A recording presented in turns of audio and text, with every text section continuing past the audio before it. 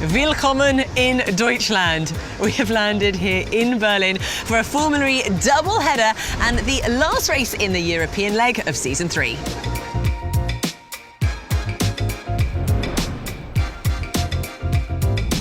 Now, last season's race here was a stunning spectacle as the cars flashed through Karl Marx Alley. Let's rewind back and take a look at some of those highlights from Season 2. And we go green in Berlin. Jean-Eric Vergne started from pole, but a strong move from Sebastian Buemi earned him the lead and set up a classic Formula E street battle. And Vergne retakes the lead of the E-Prix. And there comes Buemi up the inside and he's through. It was Buemi who came out on top. Merci les mecs, belle course.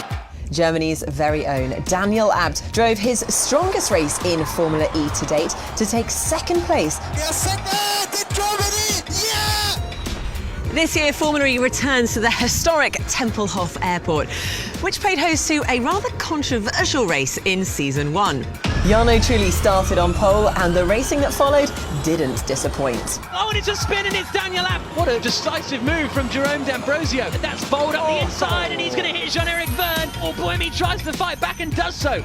The race was won on the road by Lucas de Grassi, only for his car to fail post-race scrutineering, handing the win to Dragon Racing's Jerome D'Ambrosio. Now, this year's race takes on a completely different layout of the Season 1 circuit. Let's take a closer look. The lap length has been reduced from 2.5 kilometres to 2.3 kilometres, and there are just 10 turns instead of the original 17. The layout has been designed to make for better, more exciting racing. However, one constant is the airfield track surface, which manages to be simultaneously slippery and abrasive. It's going to be very cool for racing, I think, and it has some good elements, some very long corners. We actually have that emotion club that we run underneath, so I think it's going to be a really cool race.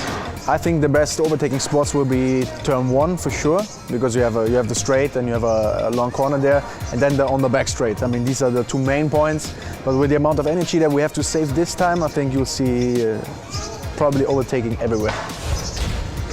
There have been a couple of changes to the driver lineup.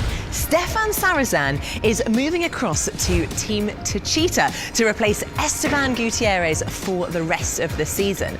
Now, stepping into Stefan Sarrazin's place at Venturi is Tom Dillman. He made his Formula E debut in Paris. Yeah, it's great. Ever since I joined the series as a shakedown driver in Mexico, my goal was to be full-time here. So step by step I did my first race in Paris, and now I'm here for the remaining races of the season, so everything going well. The team is young, they are really hungry for success, so I'm really glad to be part of the team.